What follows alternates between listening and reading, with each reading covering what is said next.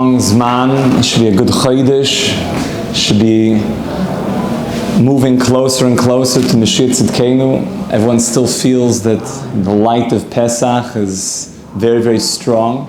All of Sefirat HaOmer is one hemsheichias, is one continuation coming from Pesach all the way to Kabbalas HaTorah. Kabbalas HaTorah is getting married. And like we spoke about on Shavous, you don't just show up to your wedding. At least I hope not. You're not like, what are you doing today? Oh, I think I'm getting married later.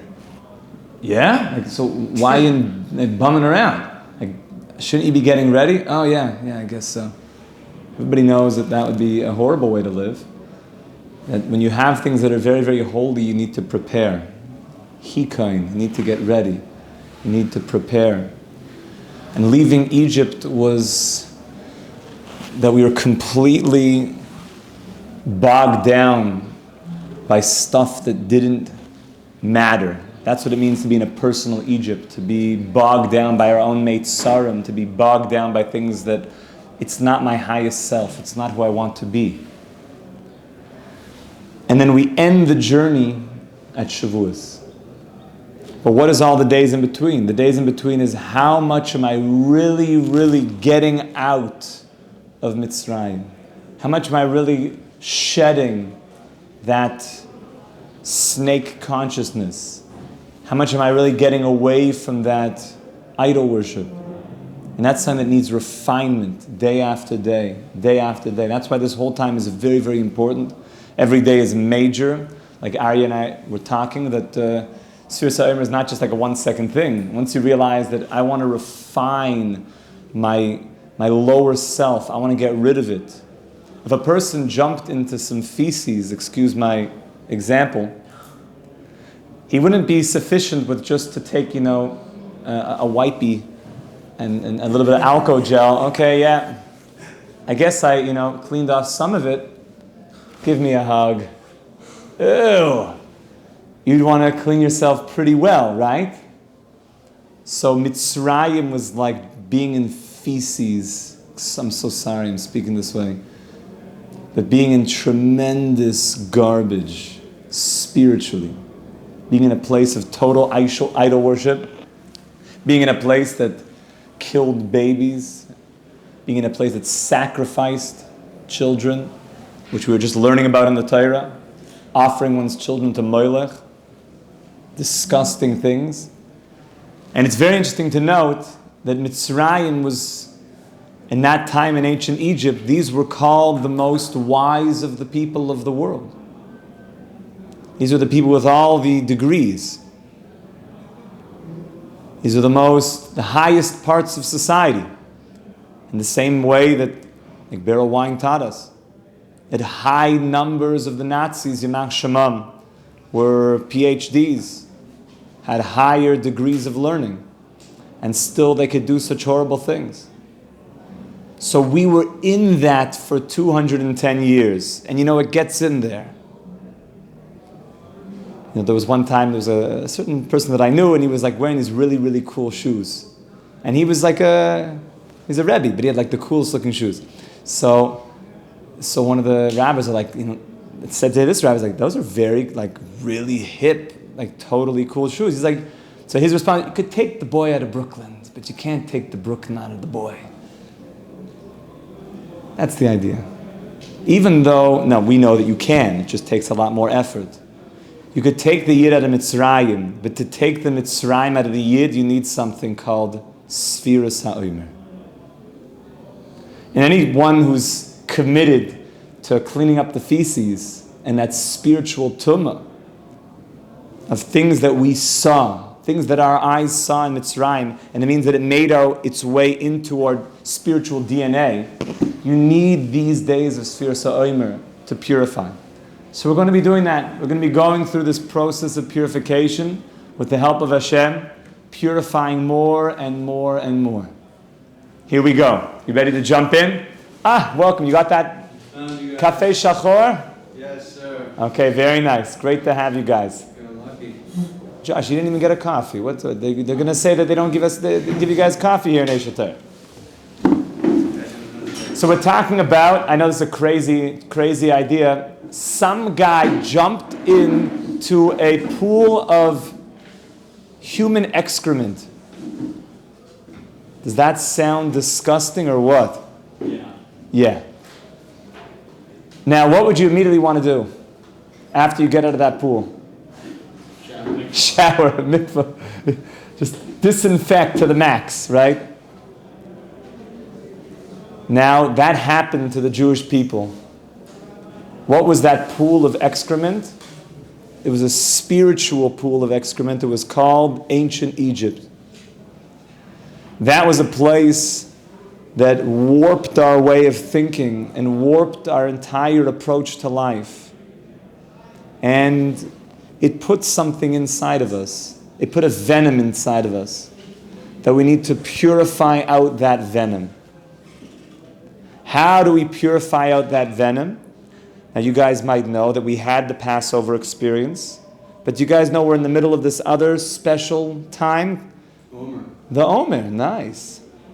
The Omer is like these countings. We start with Passover and we go all the way until receiving of the Torah.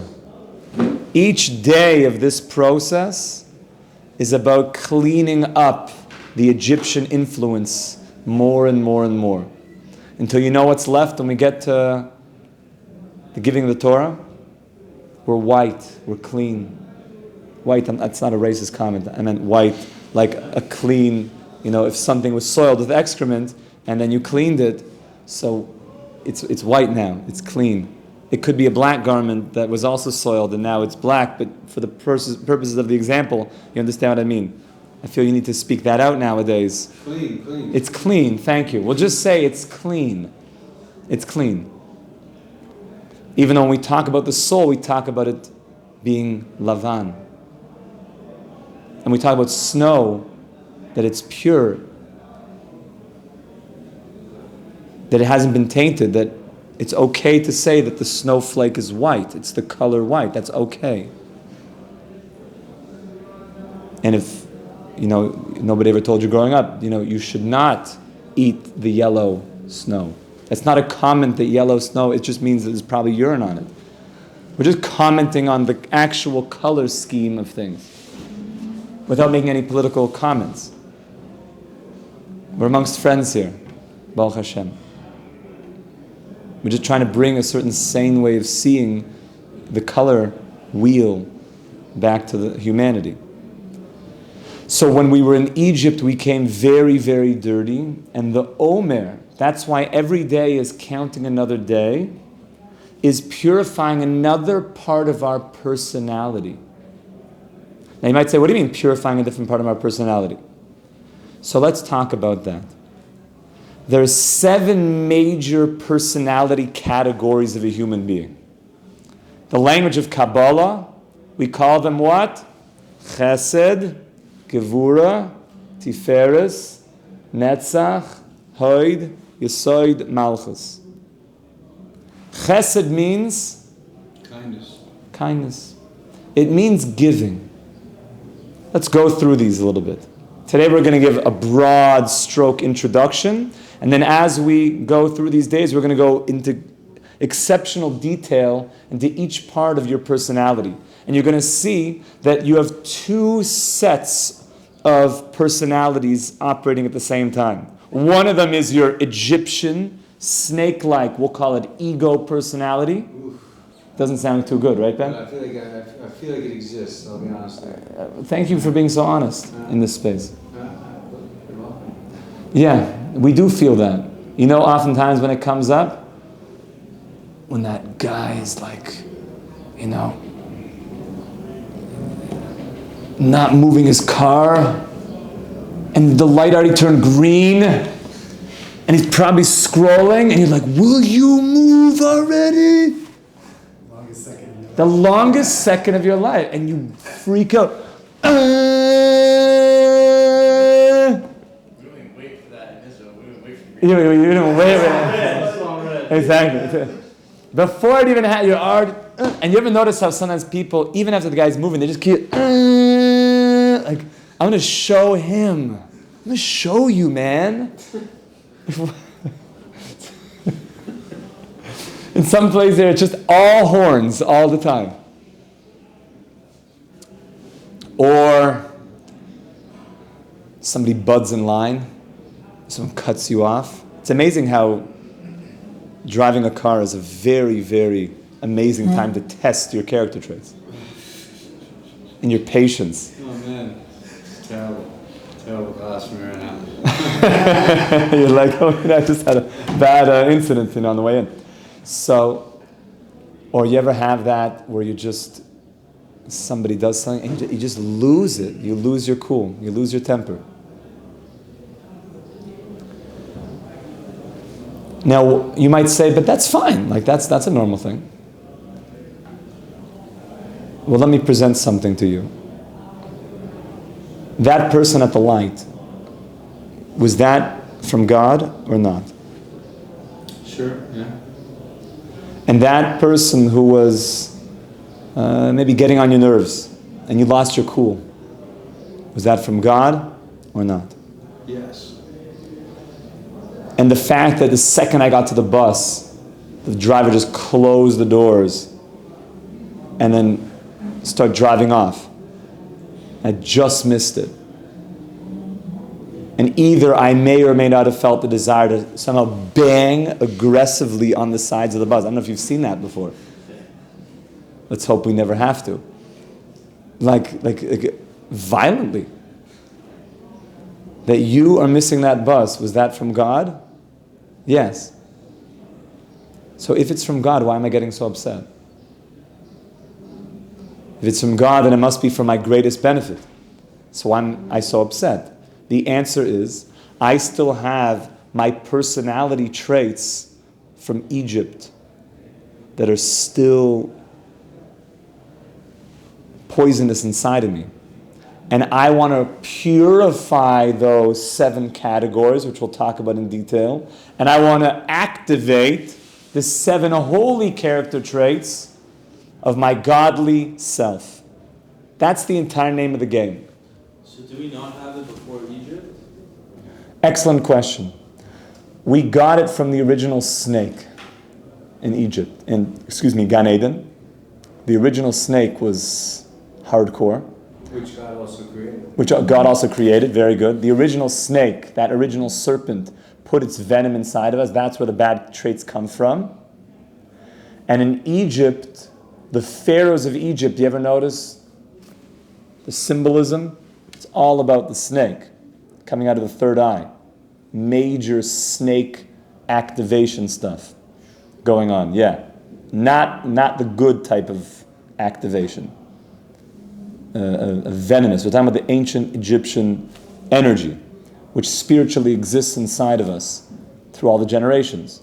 And that's why every year that you go through a Passover, there is a complete leaving. That's why many people on the night of Passover, they have a very, very exalted experience. I was speaking to one of the guys today, Eliyahu was here. He said, I was totally in a place that I wouldn't have thought that I would have had a very exalted night. People weren't even so into it. But because I was getting ready for it, I had this amazingly exalted night. And then what happens the night after Passover? A drop. Why? Because now you have to earn it yourself.